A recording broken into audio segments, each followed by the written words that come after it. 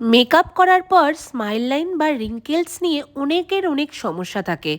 তারা সবাই ভাবে যে এত টাকা দিয়ে মেকআপ করছি, কেনই বা রিঙ্কেলস আসছে আর কেনই বা স্মাইল লাইনটা ভিজিবল হচ্ছে। এক্ষেত্রে আমি আমার ব্রাইডদেরকে বা সবাইকে একটাই কথা বলবো যে স্মাইল লাইন বা রিঙ্কেলস এইগুলোকে কখনোই প্রিটেন্ড করা যায় না। হ্যাঁ, হয়তো সেটা ভিজিবিলিটি কম হবে বা কিছু সময় পর সেটা ভিজিবল হবে, বাট সেটা হবেই। কারোর যদি স্মাইল লাইনের টেন্ডেন্সি থাকে তাহলে সেটাকে কোনো রকমভাবে প্রিটেন্ড করা যাবে না।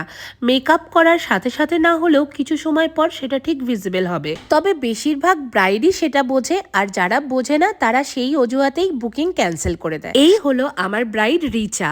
ওকে সাজাতে আমি গেছিলাম পুরুলিয়াতে। ব্রাইডাল লুকটা কেমন লাগছে সেটা তো কমেন্ট করে অবশ্যই জানিও। রিসেপশন লুকটাও খুব তাড়াতাড়ি আপলোড করব। আর পুরুলিয়াতে গিয়ে বানিয়েছি একটা ব্লগ, সেটাও আমি নিচে লিঙ্কে দিয়ে দিলাম, অবশ্যই তোমরা চেক করো।